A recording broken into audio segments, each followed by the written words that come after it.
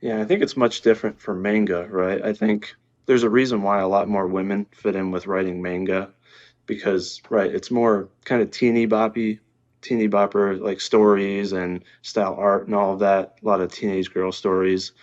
That's relatable for them, right? It makes more sense. But when it comes to superheroes, vigilantes, anti-heroes, it just isn't a good fit in most cases. And I think that's why, obviously, you see the current state of comics or mainstream comics.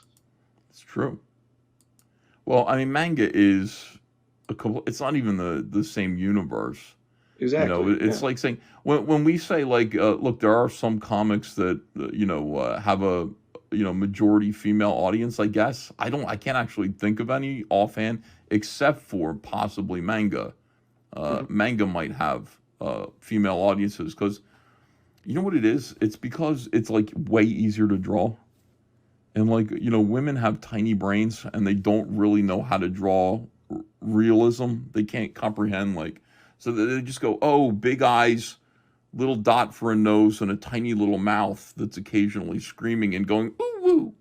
It's like I can do that like that. See, like anime and manga really works for the tiny brained female, and that's what I'm saying. We gotta talk about Comicsgate.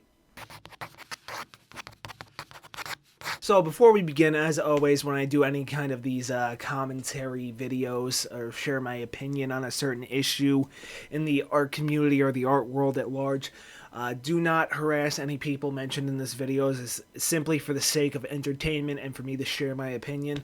And if you disagree with my opinion, I would love to hear rebuttals in the comment. I like hearing people that have opposing viewpoints. So, this one's going to be scripted, or at least partially scripted, because I want to tread lightly since politics are involved. I know it seems a lot of these commentary videos I do, I seem to tiptoe around politics. And I will continue to tiptoe around them because that's the wise thing to do. Alright? But we do need to talk about them. So let's begin with the Comicsgate origin, how this whole thing started. So Wikipedia lists the Comicsgate movement as an alt-right campaign in opposition to diversity and progressivism in the North American superhero comics industry. I personally wouldn't go so far as to call it alt-right, but it's definitely to the right. A big problem with modern Western comics, at least with the big two, Marvel, DC, is the interjection of left-wing political talking points to the point that it reads more like straight propaganda rather than a story with some political undertones. I personally have no problem with like inclusion or diversity, but the problem is that it's rarely ever done right. I can pull a few examples here that are just too damn on the nose, like this one and this one. I will say, I don't know who drew the gay Superman, but sick artwork, dude. Like, that's a good piece. Okay, so some artists and writers who had a history with the big two decided to break away from the industry and do their own thing. More power to them. Think like Image in the 90s, that kind of situation. Difference is that this is politically motivated. Basically, they didn't want to make woke stories, so they left. Now, the word woke, as used by rightoids, has about as much meaning as the word racist, as used by leftoids. You both need to touch grass is what I'm getting at. Seriously? Go touch grass. The word woke, in my opinion, is a catch-all for far-left extremism, such as like LGBT stuff being taught to elementary students, or just a general sexual content being given to minors. Like, don't do that, bro. Okay? But the thing is, some of these rightoids would use that word to describe things that aren't woke, So, like, a movie would come out and it'll star a black person and the rightoids will go, wow! Even though, like, it's just a black person, dude. Like, calm down. you know what I mean? It's just not true. And on the other side, the word racist simply means to hate someone because of their race, right? It was thrown around by leftoids who encounter people who simply oppose them. So if I say you shouldn't be teaching elementary students about sexuality and LGBT stuff, they might call me a racist or homophobe or whatever it is, all the words. Everything is sexist. Everything is racist. Everything is homophobic. It's dumb. It's dumb. Go touch grass. For fuck's sake, man. Alright? Politics are for dumb people. But I do want to comment on this because this one clip really set me off at the start of the video, so I gotta keep going with the little background here. Alright, so the Comicsgaters are yelling woke, and the comics industry is yelling racist. And they both need to go touch grass. Alright? At the end of the day, it's just lines on the page, bro. Calm your tits. As you just saw in the very beginning, this movement was spearheaded by the bearded guy in the opening clip, who is Ethan Van Sciver, most known for a run on X-Men and Green Lantern. And, you know, he's a big name in comics and comic history, you know? He had some pretty big runs, pretty big stuff. And, you know, he's a pretty solid artist. The thing is, our buddy Ethan here is, oh man, how do I put this? Terminally online. There's sort of like 3 key figures I'd like to point to in this whole ComicsGate movement. It's not necessarily indie comics, it's ComicsGate. So obviously there's Ethan Van Sciver, who I mentioned already. There's also another guy named Young Rippa, who did the whole RippaVerse thing, which I will talk about a little bit later on in the video. There is another one called Comics Matter with your boy Zack, which I don't really know that much about, so I'm not going to comment too much. More or less, this guy just kind of buys the latest woke comic and makes some out of it. That's pretty much it. It's pretty funny stuff, actually, the couple of videos I've seen from him. But he's a pretty big name in this whole movement. So I'm just going to gloss over him. I ain't got nothing against that guy, nothing to call him out on or anything. He can keep doing what he's doing. But now, I do feel like it's a little bit more of a cultural issue instead of a political one. The main issue we're having here in the West with our media is that every single piece of media is propagandized and politicized. There's even a company, they're called Sweet Baby. I know. But they work with game developers to literally make the games more woke. They're responsible for putting the Cuban flag in that Puerto Rican character's apartment in Spider-Man 2. Yeah, that was them. Yeah, partly due to the social credit, the ESG scores, right? Your ESG scores go up, your stock goes up, and the consumer suffers. All right, that's just how it is now. Ever since they introduced those ESG scores, they really gotta go. That shit is ridiculous. Simple as that. So the question is, are the Comicsgaters entirely wrong? No, I don't think so. Western comics have been terrible for a very long time for a multitude of reasons, not just the wokeness. And if they wanted to play the political grifter game, you know, good luck, buddy. It usually ends badly, but, you know, good luck with that. All right, you can keep yelling at Star Wars news, Ethan. You fucking psycho.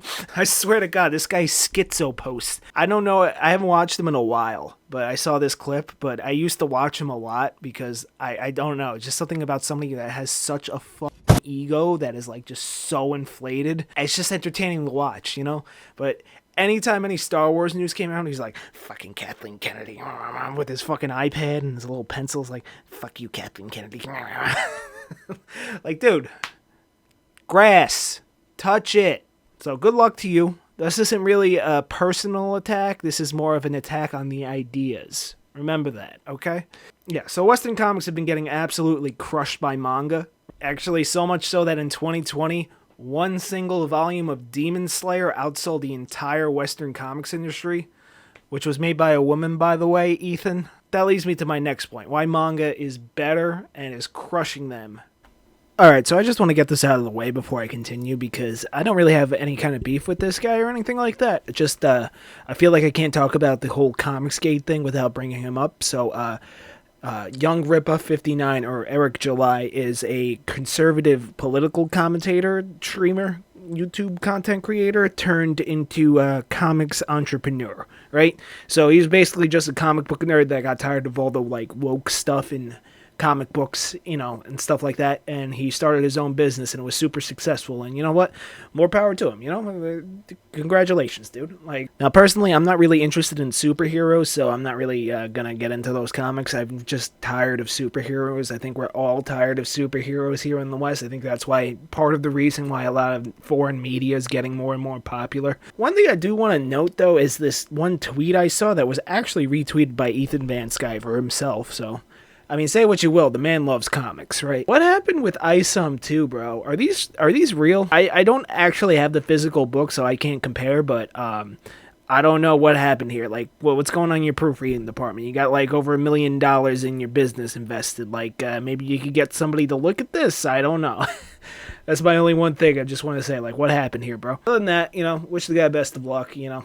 And, yeah, I don't, because some people in the comments may be like, okay, you're talking about ComicsGate, you got to bring up the whole RippaVerse thing, right? So, there it is. This video is not really about that. More about that dumbass comment that Ethan Van Sciver said at the start of the video. and about why manga is so much better than Western comics right now, and probably will continue to be if we keep going the way we're going, so let's get back into that. Also, looking into some of this RippaVerse stuff a little bit further, I can't confirm or deny this, but there are suspicions of AI being used. Like, there's some confusing art, some typos anyone who actually proofread would have caught. I'm not going to pry into that because, to be honest, I don't really care that much. But if it does come out that AI was used, well, I will certainly have something to say. So, moving along. So, why are Western comics so bad these days? That takes me back to the clip of Ethan Van Sciver from the beginning and the small details I glossed over. So, I do believe the part about tiny female brains was an attempt at edgy humor that didn't land, mostly because that's his normal speaking voice. If you're going to make a joke like that, the tone should be nuanced. Like, for example, if I went like, oh, back in my day, if a girl got a little lippy, you just give her a good old walloping, and she'll get back in your kitchenette and make you a nice tuna casserole. You'd understand that I'm just joking, because of the tone. But I digress. So there's one detail that I can't ignore because it kind of feels a little factual. As a manga boy, if you will, I am aware of some Western comic creators you can't avoid. Frank Miller, Grant Morrison, Jim Lee, Rob Liefeld, Todd McFarlane, so on and so forth. And thing is, they're all men. The only Western comic creators that are women that come to mind are Mags Visaggio and Gail Simone off the top of my head. And that's not for good reasons. And if you don't like my politics, don't buy my book. I do believe, at least for the superhero genre, maybe there's some truth that they're not that good of a fit. Doesn't necessarily mean there aren't good works by women out there, I'm sure. If you know of any good ones, comment them below. I'll check them out. Anyway, now that I've addressed the first half of the clip, I need to add more to why the comics industry is being overtaken by manga in the West, as well as the booming indie market. Firstly, I don't really like superheroes all that much. I find those stories repetitive and honestly kind of boring. 'Cause we're boring! We're so fucking boring! Oh, we'll talk about pronouns, guys, soon. Just let me cook, alright? But back to what I was saying, something like 90% of Western comics are all in, like, the superhero genre. I want variety. It's all the same shit over and over again. It gets boring. And then you run into the universe problem. Say you want to read X-Men. Okay, you can't start at number 1, right? Not like in manga. First, you need to research what's canon, what continuity they're doing, and which additional books to read for the full story, because it's a universe. You can't just read X-Men, you have to read Spider-Man, Captain America, and Thor. Oh, but which Spider-Man do you read? Because there's 7 different versions being published simultaneously. Oh, you have to get the special event issue at the end that converges the storyline if you want any sort of payoff for your investment. Oh, and the price. I'm just going to say comic books are overpriced, and I know some of you say, oh, but unlike manga, it's like in full color. First of all, color doesn't cost that much more to print, okay? Let's do some quick maths here. 2 + 2 is 4, -1, that's 3, quick maths. The average single issue costs around $4, right? Let's use my previous example and say you only need to read X-Men, one of the Spider-Mans, Captain America, and Thor. That's $16 a month. Not too bad, right? Understand you're only getting about 24 pages, and I believe some have ad spaces in them too, but don't quote me on that, I gave up on comics a long time ago. So that's 96 pages for $16. Not horrendous, but you're only getting a single chapter at a time. So let's say the runs are 12 issues each, and there's one special event comic, right? So 12 times 16 is 192, right? So $192 plus the special event book are around $5 or so, right? So let's just round that to 200. You can get a manga between 9 to 14 bucks that's 200 pages. So let's say a single story arc is about 3 volumes. That's usually the first season of the anime if it gets adapted around 3 volumes. That's roughly $36 for an average story arc, right? In terms of length. $36 for one self-contained story, or around $200 for all this universe bullshit. Yeah, I'll stick to manga. Revisiting the political angle, the wokeness in comics is quite unbearable. There are 2 points I want to address in this section, the representation argument and race swapping, as well as the bait and switch tactics of modern comics. I'll explain in a moment. As for the whole representation thing, look, I am a heterosexual white guy. I can only speak on this issue as a heterosexual white guy. I can empathize with struggles people of different backgrounds go through specific to the way they were born, but I can't truly understand. I don't know what it's like to have a period, but I can say it sounds awful, and I'm really sorry that you ladies need to deal with that, you know? But I can't actually understand what it's like, you know? Now, as far as stuff like race swapping, like Asian Bruce Wayne over here, I just don't get it. The argument for it is that these people allegedly don't feel represented in media, but the people who say that usually tend to be white women. Just saying. I personally don't understand why you need characters to look a certain way to enjoy things. I relate more to a 2D Japanese high schooler and am more inspired by a Japanese boomer than the average portrayal of an average white guy in Western media. I mean, my favorite TV show of all time is The Wire. That cast is like 80% black. Not once while watching that show did I think, gee, if only there were more white people in this show. You know, I just don't get it. Just make new characters if you want them, but then there's the argument of it won't sell as well. Not if you make it good. Maybe it's a you problem, just saying. Right? I don't really understand this whole representation thing. Maybe you guys have a counterpoint to that in the comments. I just don't get it. Moving along, as for what I meant by bait and switch, okay, so let's say you want to read the new Superman, right? You're expecting a dude that can shoot freaking laser beams out of his freaking eyes and fights freaking aliens, right? You mean I actually have freaking sharks with freaking laser beams attached to their freaking head? Oh, guess what? It's all about his homosexual relationship. And like, look, man, I don't have any problem with like any kind of LGBT stories. I mean, there's plenty of good ones out there. At least I can name a few in the GL Yuri genre. I don't think I can name any off the top of my head in the BL yaoi genre because that's not really for me. I think I do know a couple of big names in that. I think Banana Fish was one of them, and there's also Killing Stalking, which is pretty popular. That's a manhwa technically, and it's a bit of a horror too, but I don't know about BL, but I can name a few GL. You know, I'll put a few on screen that I think are pretty good. Speaking of GL, I actually just watched this anime recently called Revolutionary Girl Utena, which is a classic, and that show has heavy LGBT themes throughout. It's very weird. It's one of those shows where you're like, oh, this is an anime. This is like art. Yeah, that show was a banger. Crazy soundtrack, too. You know? So it's not like I can't enjoy LGBT stories or stories with LGBT characters in it. It's just that the way they're done in Western media just feels like... I don't know. It doesn't even feel like how they are in real life, because I've met a few LGBT people in real life, and they're not like how they're portrayed in media, you know? Not most of the time, in my personal experience and what media I've consumed, right? But yeah, so back to the Superman thing, you expect him to be fighting aliens, but all of a sudden it's all about this, like, homosexual relationship, right? No cool alien fights here. Like, look, listen. Look here! Look, listen! When I pick up Dick Fight Island, guess what I get? Come on. Guess in the comments. You get my point. I swear I bet the pitch for that went like this. Alright everybody, sales are down at a DC. It's time for a reboot. Anybody got anything? Ooh, I do. Alright, lay it on me, bro. Okay, so, Superman, right? What if we made him gay? Okay. I mean, fine, I guess we could do that, but, like, what else? No, that's it. He's just gay. Yeah, I don't think that's going to be really good for sales right now. I mean, people don't read Superman to read about gay relationships. They want to see him, like, fight aliens and stuff. Yeah, but it'll help me get back at those damn Comicsgaters. Okay, but that's not... You realize you're just going to give them more content to make, right? Whatever, I want fuck Comicsgate on my tombstone. Man, no wonder you guys are e-begging on Twitter. Alright, hold on. Let me call the boss. Yeah, hey boss, listen, they want to make Superman gay.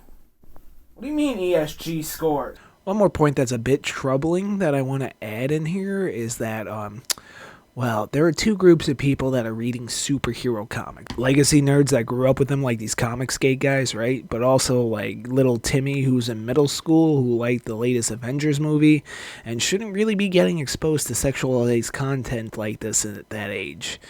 I don't want to use the word grooming, but I think you know what I'm getting at here.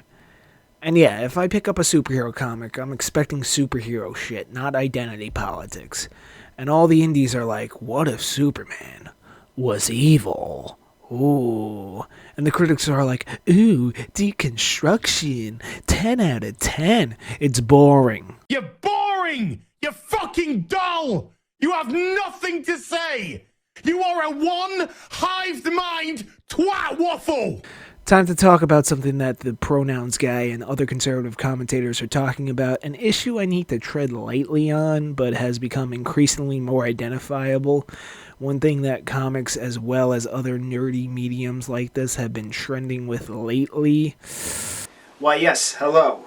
It is I, John with the microphone. I got a new mic. How's it sound? Let me know in the comments below. Anyway, so let me open this can of worms here. This is more applicable to the video game industry, but it is also something that is to note in the comic book industry as well. But there seems to be this increasing trend of trying to make characters, particularly female characters, as unappealing as possible for the sake of desexualization, which seems to be the argument from a lot of these companies for doing what they're doing. Now, personally, I don't really care that much about this, but it is a fair point to note.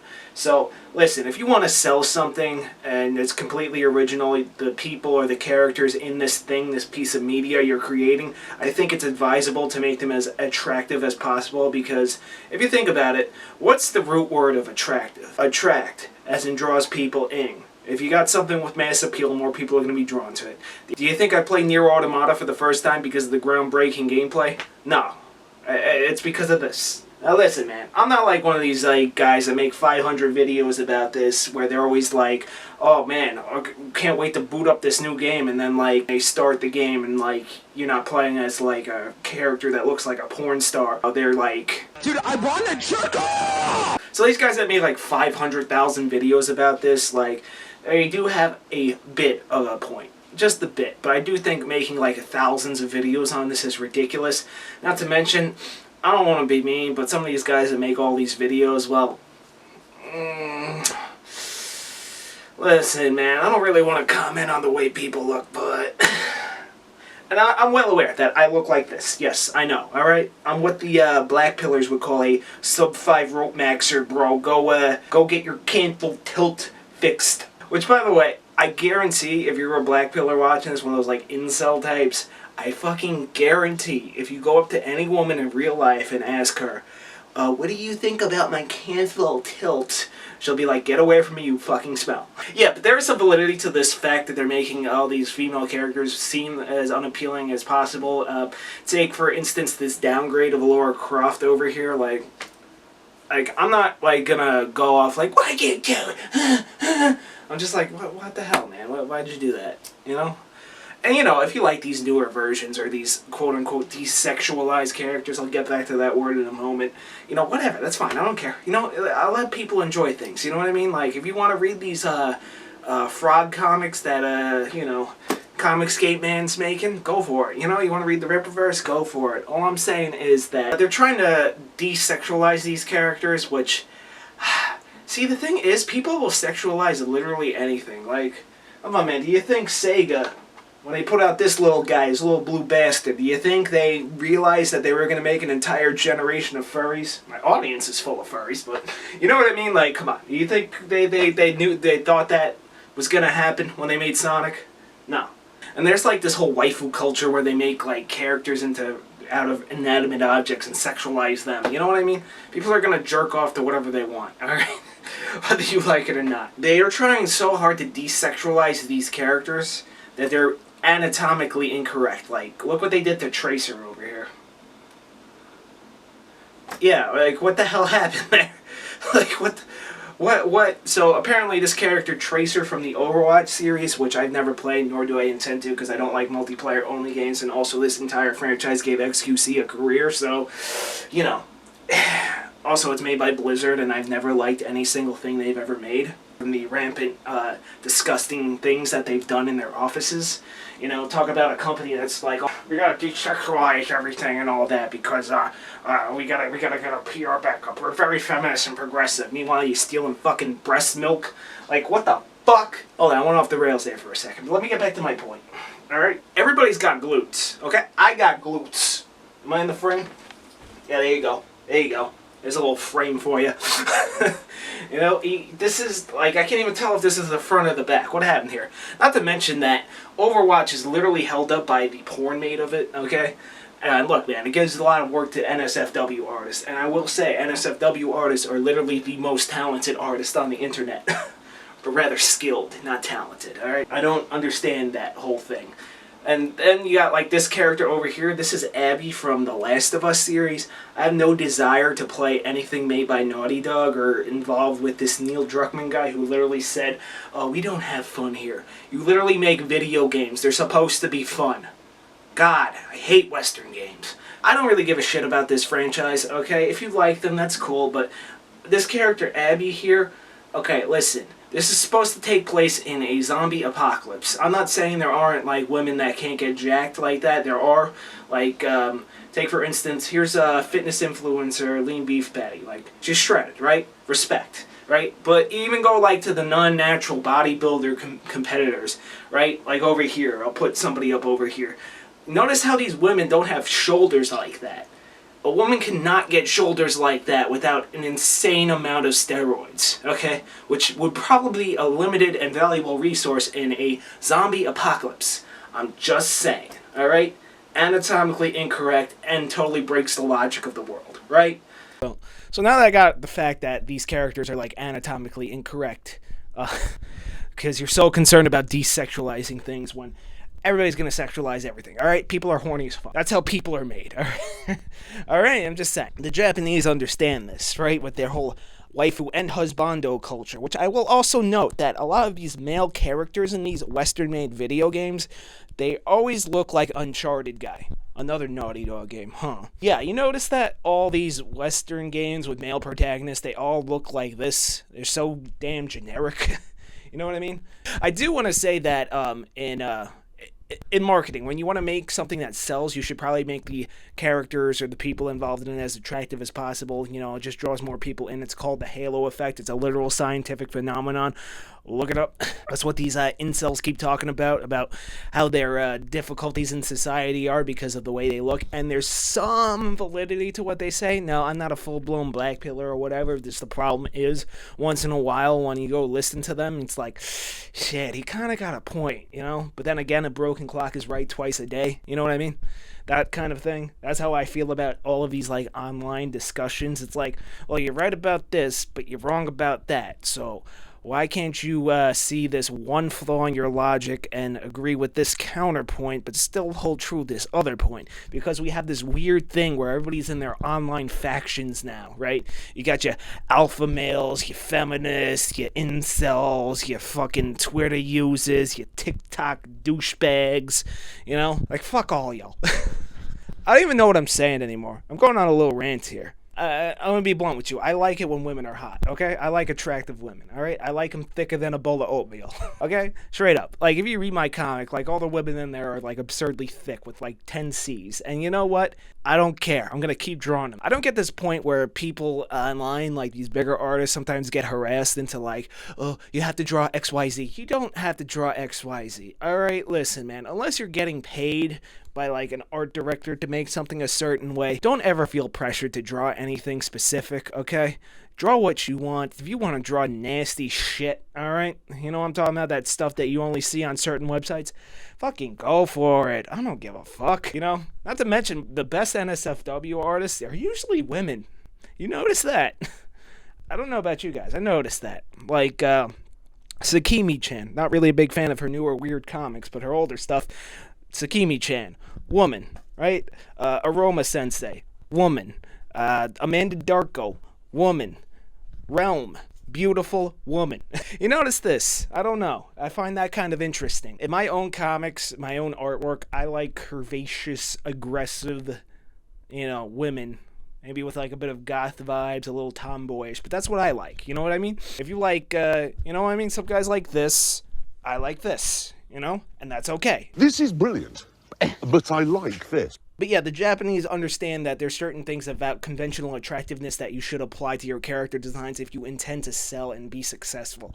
Like, I got no problem with, like, stuff like, like these video game characters and all that. I do find it kind of interesting that when you look at the newer Western games where they're actually like scanning in models, it looks like the 3D modelers tampered with it. But if you look at like Eastern games, like say the Resident Evil series here from the remake line, which, I know this graphic is missing Sheva, okay? I love Sheva too, but 5 hasn't been remade yet. I know a lot of people like to note that, but I feel like the argument is from this whole, like they scanned them in and then the 3D modelers fucked it up. But they did a perfect job over here at Capcom. I don't understand why they can't do it over here. I really want to know what happened with Mass Effect. Holy shit, what a difference. But yeah, they scan in these models that are all good-looking women, and then, like, I don't know what the 3D modelers are doing.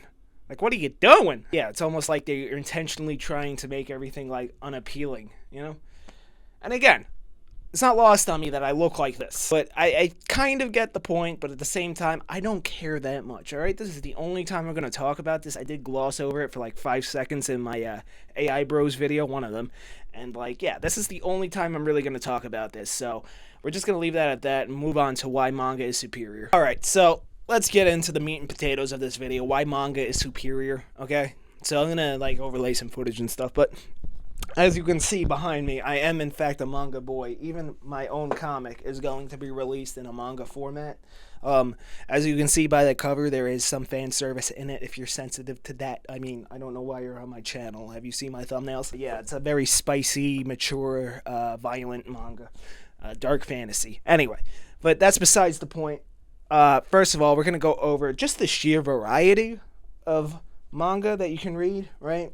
You got like supernatural, you got post-apocalyptic manly shit, you got some of the weirdest stuff I've ever read, something that could only be defined as cinematic, romance, degenerate comedy, like sci-fi horror, you got horror itself, of course, you got adult comics, you got LGBT adult comics, you got comics catered to specific fetishes, historical fiction, fantasy, dark fantasy. You got the greatest story ever fucking made, too. That's one thing about manga that is so much better than superhero stuff, is that it's just got so much more variety. It's all superheroes in the West. Like, it's 90% superheroes, 10% other stuff. Like this whole medium is being held back by this like weird mentality that like, oh, it's a comic book, it's got to be about superheroes. At least the Japanese are trying different stuff. They got superhero stuff too over there too. Like One Punch Man here. Yusuke Murata's artwork is phenomenal. And now that leads me to the next point, artwork. Okay, so one of the things that really pissed me off about that clip with Ethan, our buddy Ethan over there, is the fact that he said that manga is easy to draw. Okay, first of all, no, it's not. All right, you draw some manga, bro. Now, I'm not going to say that there aren't more simplistic art styles in the medium, but I will say that there is a variety of art styles. At least when the superhero comics are out, like they're all trying to go for like that semi-graphic realism look. Now, there's still a little bit of variety in Western comics. I'm not going to deny that. But at least in manga, there is just so much variety in terms of art style by all different types of people. It's like they're all trying to do their own art style. And you know what? Part of the thing is a lot of these artists are also the writers.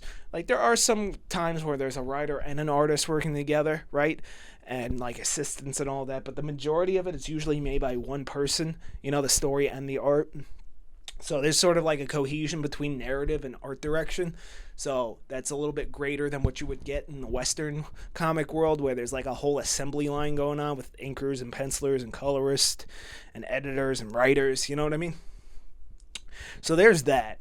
Not to mention the form factor. Now, to be fair, there are some manga that are in different form factors than your standard, but at least with your standard size...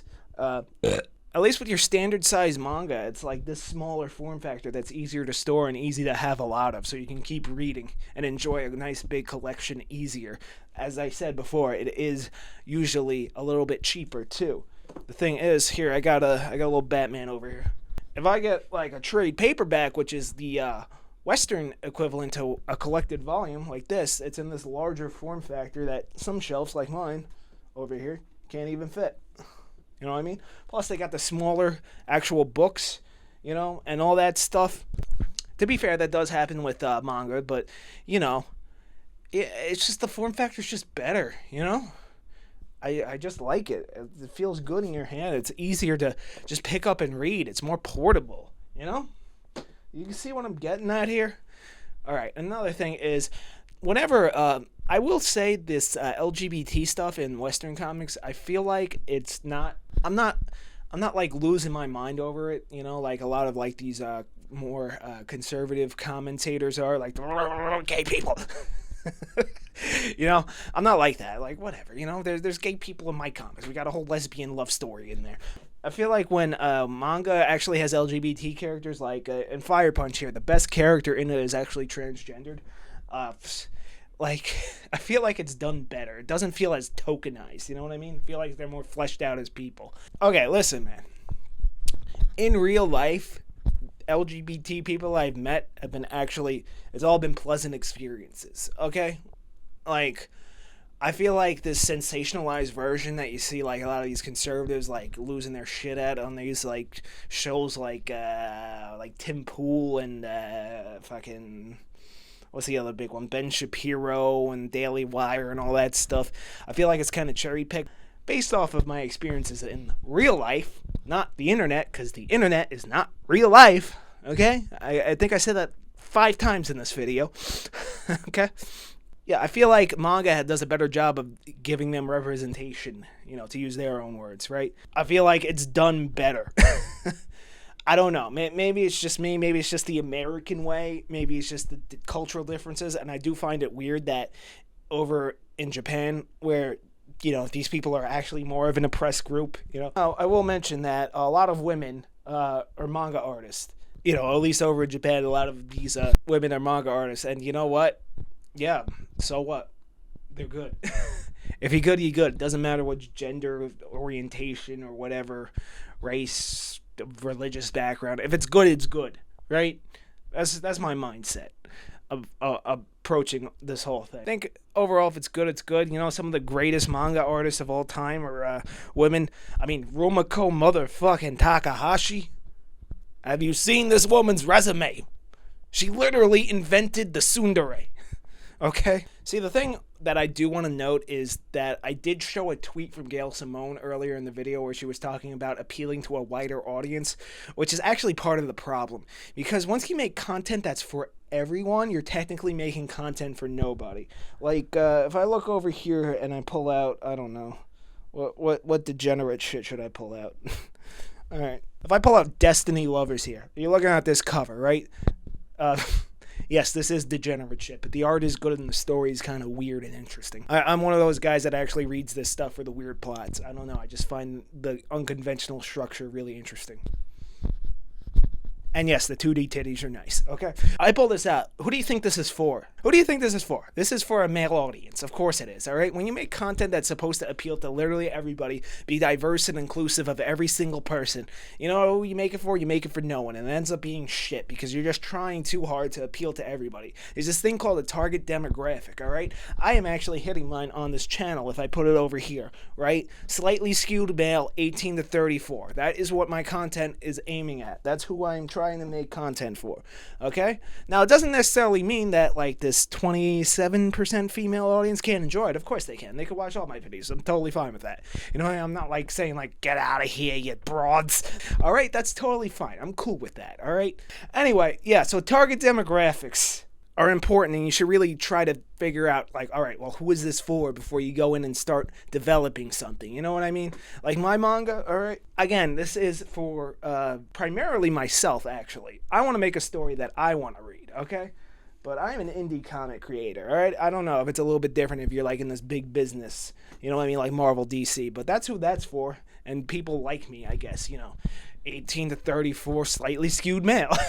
Once you make content for everybody, you make content for nobody, and it just turns out shit. There's a really old South Park episode where they were doing a Christmas play and trying to make it as inoffensive as possible. That's a great demonstration of what happens. So I'll put that clip right here. Editor John here. Just a quick little addendum that I forgot to mention. This is the last volume of Claymore. This is where the story ends. It has an ending. Western comics, they just reboot the universe over and over again with no true conclusion. This, 27 volumes, that's a whole story with the beginning, middle, and end.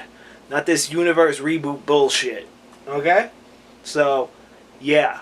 I think the fact that manga actually has endings, even One Piece is gonna end someday, you know?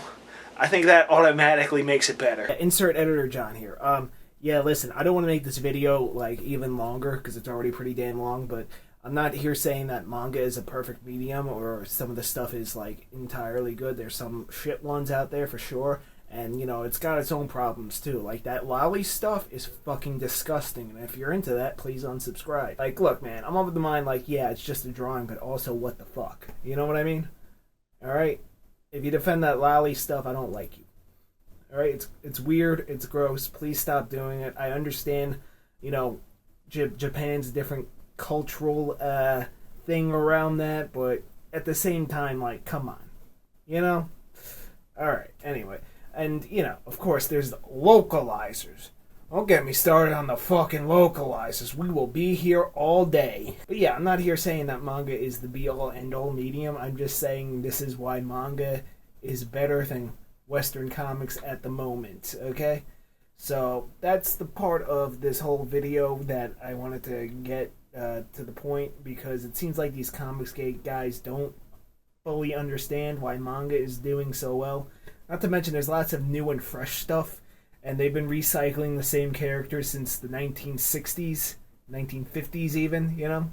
Like, come on, come up with something new. You know, you can do it. Oh, nothing's original anymore. Have you seen what Japan's been doing? All original stuff, you know? I mean, somewhat derivative, but, you know, there's always a little bit of influence from the things before. If you go all the way back to the freaking Epic of Gilgamesh. Alright, so, yeah, I just want to insert this little clip in here, and, yeah, enjoy the rest of the video. Listen, to wrap this one up, the thing is, I don't really care that much. And neither should you, honestly. Listen, man, if you like this, like, new age of Western comics where everybody's gay and trans and whatever and race swapped and all this social justice stuff, more power to you. Have a blast. Enjoy it. All I'm saying is there is a little bit of validity to this whole Comicsgate movement about the point of business, you know what I mean? And in terms of, like, actually turning a profit and all that. And that some of these guys in the Comicsgate movement just don't understand why manga is doing such a better job. You know, we've went over that already. All this, like, politics around all this stuff, like this left, right, libertarian, communist, alt-right, Nazi, colonizer. All these words don't mean shit, okay? Listen. Listen to me right now, okay? Pay attention. Look here, look here. Everybody dies, okay? One day, you will die. You're gonna be at the 11th hour on your deathbed. You know, maybe surrounded by a family if you were lucky enough to have a family, right? And you're gonna be thinking back to yourself, what did I do with my life? And then you're going to think, wow, I spent so much time going back and forth with piss-ass 220 on Twitter, right, over a 2D drawing on a page. Wow, did I really do just that with my life? Is that really all it was? You know?